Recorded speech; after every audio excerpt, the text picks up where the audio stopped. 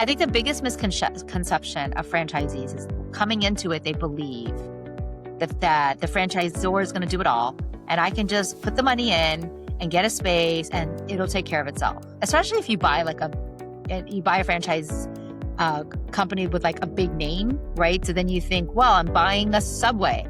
People will show up. It's a Subway, but it's not always that. You still have to market. You still have to find the right people to run it. You still have to have the right employees. You still have to make sure that your space is clean. There's still so many other things that you have to think about. You have to make sure the budget. You have to have the inventory. You have to have the right, I don't know, cleanliness. Like there's so many other options, other aspects of being a franchisee. And some franchisees, I think, have not thought about the sort of holistic global reality of like, this is what it takes to be an entrepreneur. It's not supposed to be easy. Yes, you will likely make a lot of money, but it's not supposed to be easy. It's just like anything else in life. It takes hard work.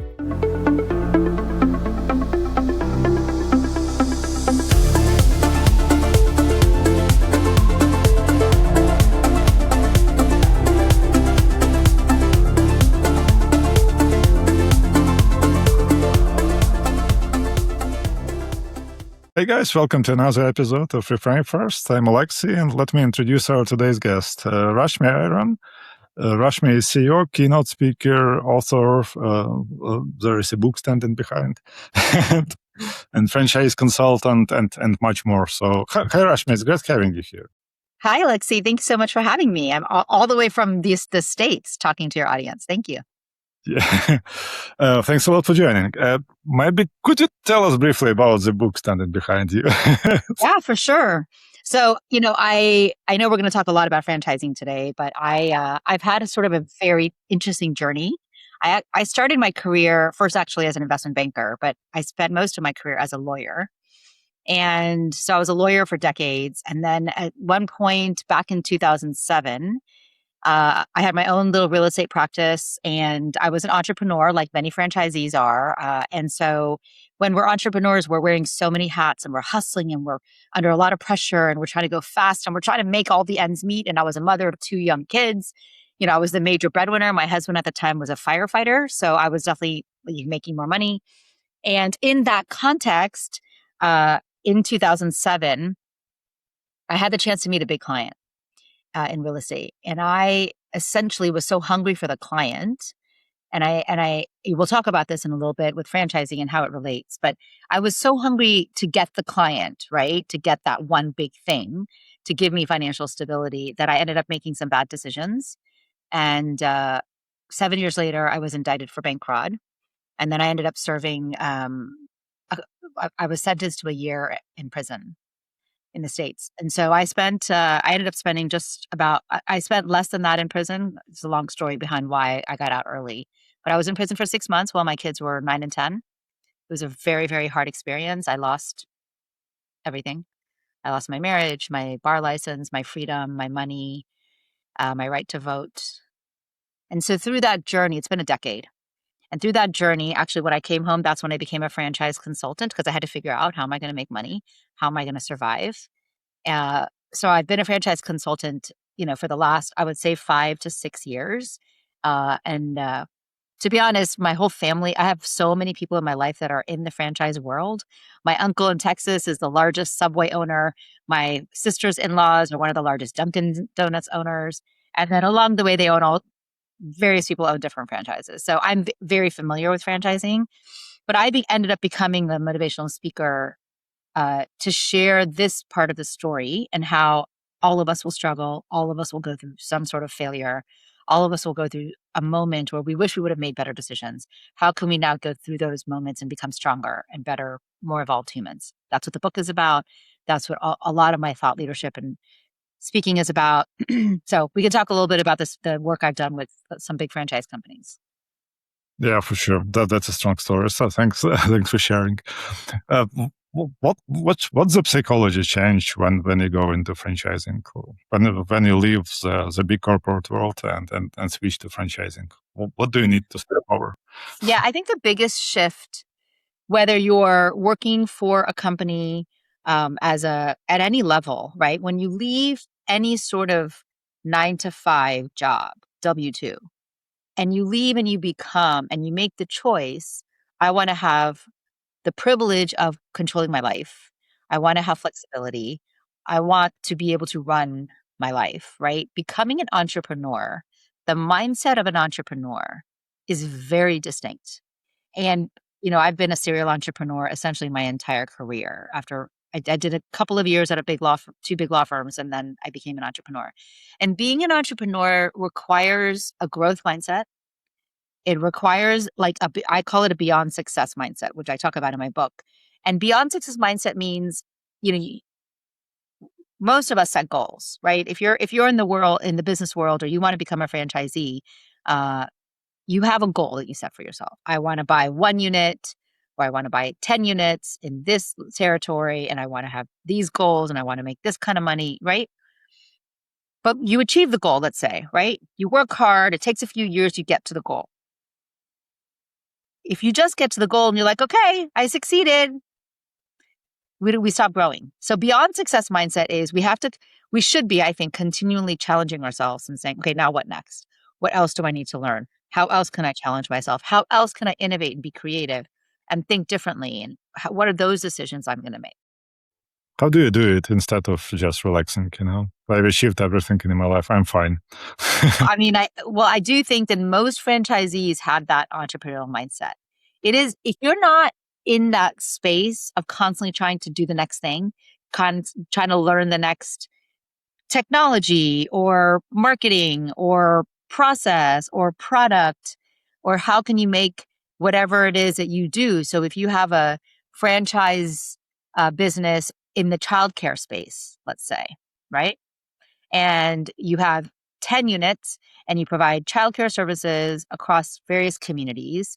Maybe the next up level is, okay, so we have this incredible community of we're serving our kids. What else can we do to serve maybe the parents? Can we create programming? Can we bring in speakers? Can we bring in some holistic work? Can we do some wellness?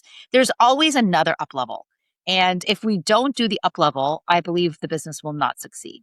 If we stop growing and just stay stagnant, there's so many examples we can point to that no business can survive if it just stays stagnant.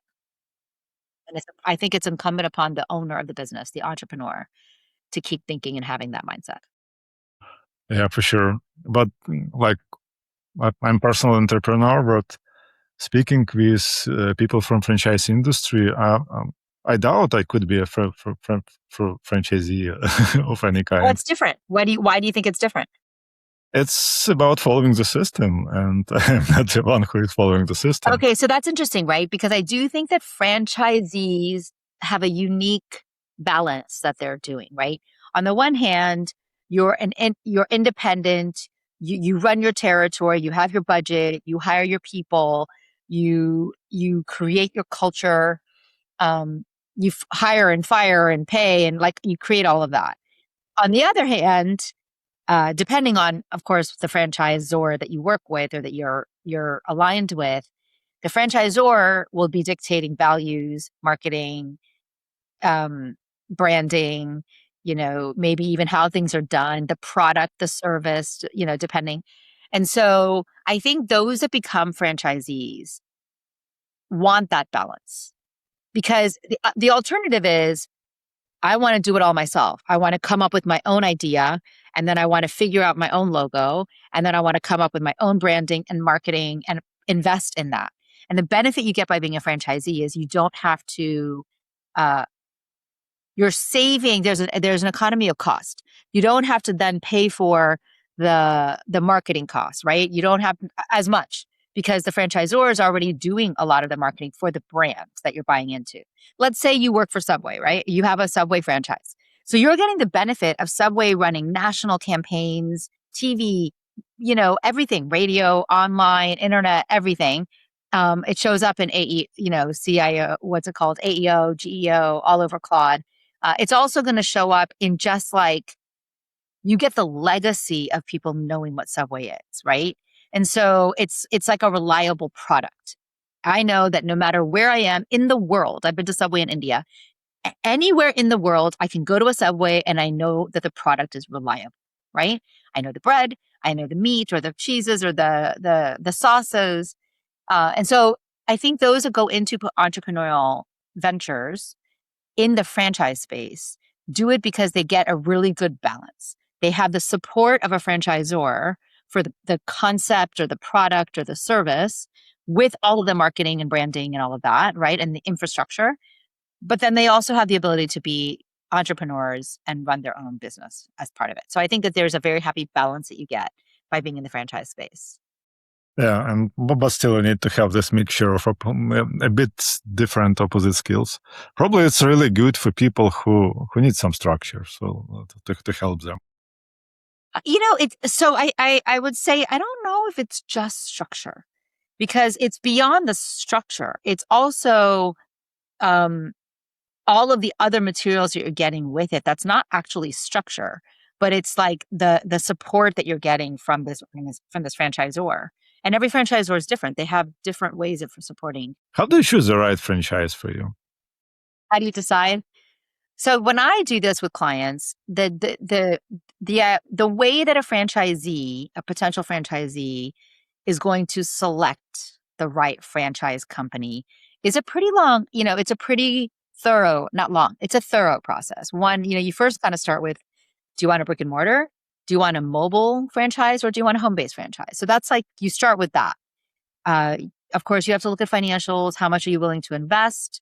Do you want to own or operate it? So you yourself are going to be putting in all the time, into making this franchise work, or do you want to do like owner operator? You want to have an operator and then you just own it. So you learn, but then you hire an operator. Or you don't want to do that at all. You just want to hire somebody, right? So then there's that level. Then there's the investment level.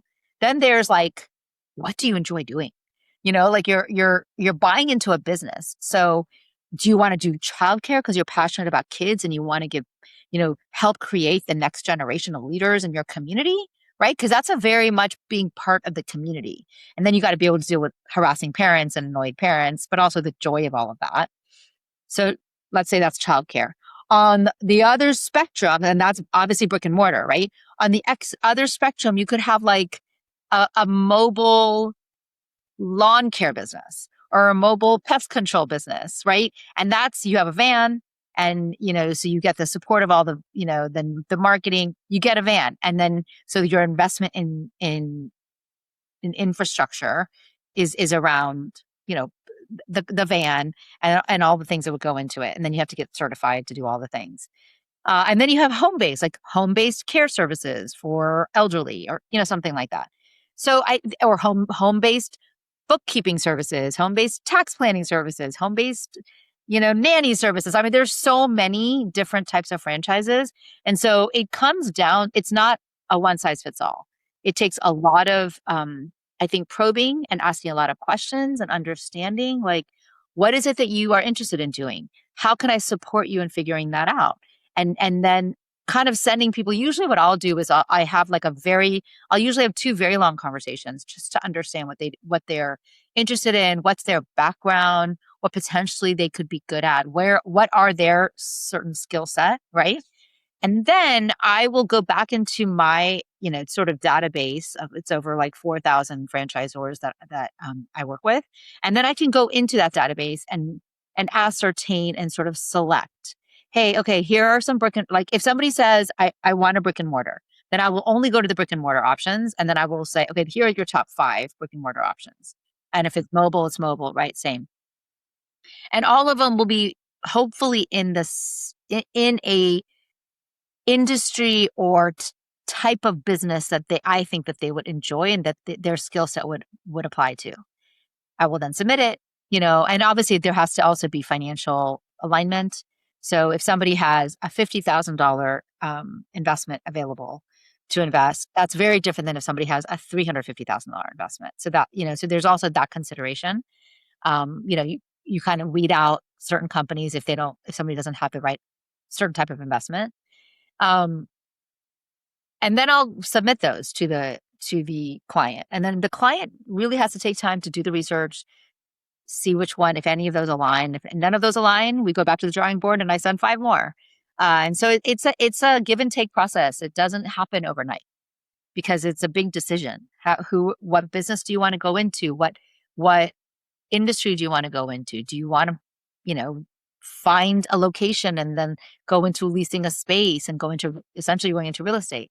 So there's a lot to consider. Yeah.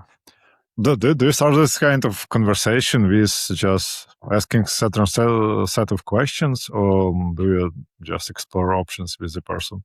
How do you even choose if I want brick and mortar, Yeah, or yeah. if I I mean, I have a whole line of questions that I have written is out. it is it retail or is it services? I don't know. I'm not even sure.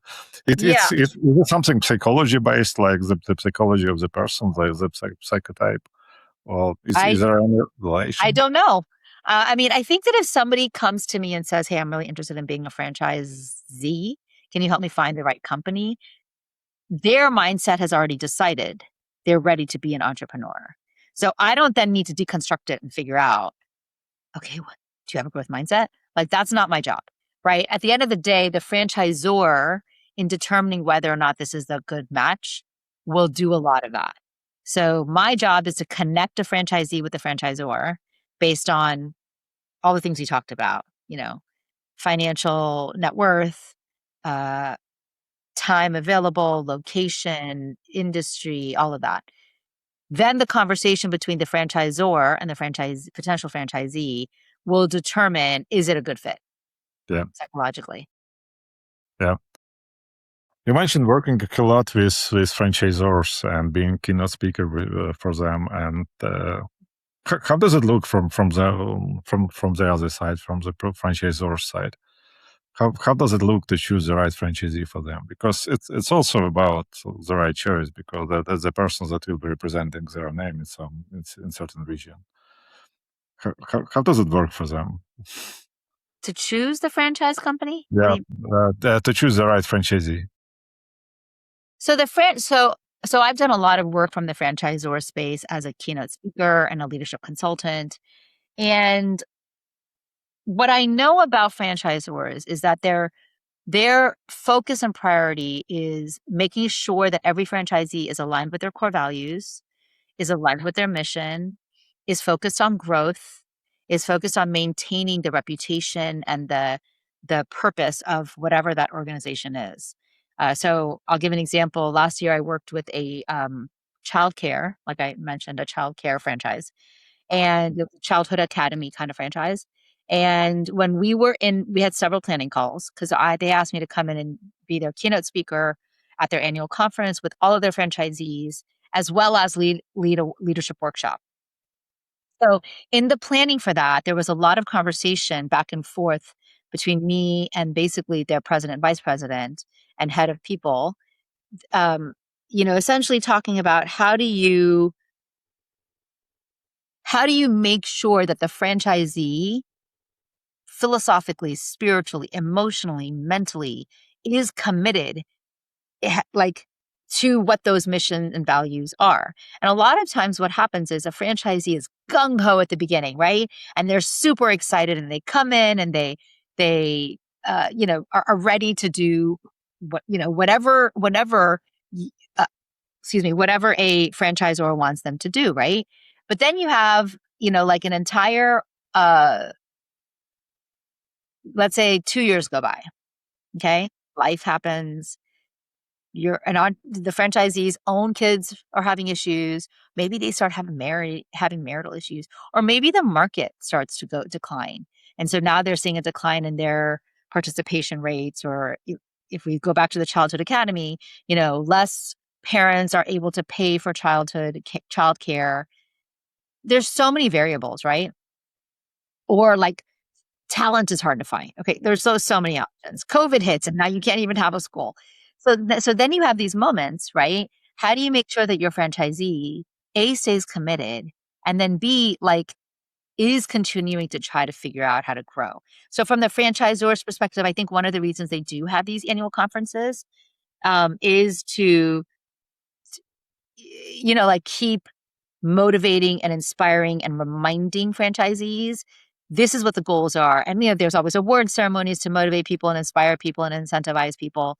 But I think it's just like any other corporate culture from that perspective. There has to be a constant level of like inspiration, motivation, reminding, empowering. This is what we believe. You can do it. All of that. So it's basically spreading the corporate culture. Yeah, for sure. What do you think is the biggest lie in the franchise industry? I think the biggest misconception of franchisees is coming into it, they believe that the franchisor is going to do it all, and I can just put the money in and get a space and it'll take care of itself. Especially if you buy a franchise company with like a big name, right? So then you think, well, I'm buying a Subway. People will show up. It's a Subway, but it's not always that. You still have to market. You still have to find the right people to run it. You still have to have the right employees. You still have to make sure that your space is clean. There's still so many other things that you have to think about. You have to make sure the budget. You have to have the inventory. You have to have the right, I don't know, cleanliness. Like there's so many other options, other aspects of being a franchisee. And not most, some franchisees, I think, have not thought about the sort of holistic global reality of like, this is what it takes to be an entrepreneur. It's not supposed to be easy. Yes, you will likely make a lot of money, but it's not supposed to be easy. It's just like anything else in life. It takes hard work. Yeah. I've heard the misconception of passive income. Is it possible to at all have a passive income or semi-passive income in being Well, a I think it is. I think it is, but there's a lot of franchisees that have a significant amount of passive income, but it comes after years and years and years of hard work. I think you get to the passive income phase when you get to a certain number of units, when you have the systems in place and the processes in place and you've figured out the business and the modeling and like it doesn't just happen on year one. Passive income takes time to get to. And when you get to it, it's huge, but it takes time. So you need to build your own system, basically. Yeah, of course. Just like anything else. Yeah. As a franchisor, especially as a new franchisor, I don't know if you had a chance to work with some newer one who have like 20, 30 units. How do you at all sell your franchise? Because for promoting here, the market right now is market of franchisees. So it's like they do choose who they want to work with. As a new franchise, how do you sell your business, your franchise to potential franchisees? How do you find the right ones? Okay, so the question is, if you are a new franchisor, how Yeah. do you find potential franchisees? Okay, Yeah. so that is, I think, the benefit of working with a consulting company like mine, because when you're a new franchisor, it's very hard to understand how to find the right people and where do you go, and like you have no like, let's say you just first of all, the first step is, have you done all the right legal documents? Do you have all the franchise agreement? Do you have all the things in place that you have to have in place legally, right? So that's the first step, which my team helps with. But then on the second side, you have the other aspect of, okay, now that I have all the documents in place and I'm sitting in Miami, if I want to go expand to Tampa, how do I find somebody that's in Tampa? And so that is the beauty of the work that we do, is like being able to sort of start to expand into our network. We have franchise conferences in all sorts of various cities where people will come to. And so there's other ways of reaching out to people like that. When exploring some online tools, online services, I was trying to search for some marketplaces of franchises and to explore at all which franchise to choose. But in the end, it feels like I'm being a product of a funnel rather than a customer of these tools. I got this perception. So it's like all the online tool set in the franchise industry, it screams like the beginning of 2000s with that level of service. It does not really feel like some service, some modern current service. And I'm feeling like I'm being a product of this funnel. So I coming over there and they ask me immediately for some you want some information about franchise? Leave your contact information. They want some FDD? Leave your contact information and we will sell you to the franchise. So all of this industry, all of this online tool set, all like this franchise gator and all of other tools, all like that. I'm not sure I understand the question, because I think when somebody is approached, let's say, by a consultant to look and see if they were interested, hopefully the person that's approaching them is coming from a place of wanting to add value and wanting to help. If there's somebody that's being really salesy, then that's not going to ever work. It doesn't work in any business. So I'm not exactly sure, like if you've had a different experience, it shouldn't be that way. What should happen is if you're interested in pursuing some level of franchising, that's usually the space where I would come in. It's funny because I've had people reach out to me on LinkedIn saying, do you want to be a franchisee? You look like you'd be a great entrepreneur. It's funny because they clearly have not looked at my LinkedIn to see that I'm a franchise consultant already. Um, you know, and it's just comical to me. Yeah, I see. I was rather asking about online tools, not about working with Online directly with tools. online tools. No, not about working directly with consultants, but like just exploring online. That's what a I lot didn't of even know people there are were online probably. tools, if I'm being honest. So I clearly don't know. So which online tools? Is it online tools to find the right franchise business? Yeah, yeah, Yeah, I don't know what those are. yeah. Sure. Now I have to go look. Yeah, sure. Uh, what is the most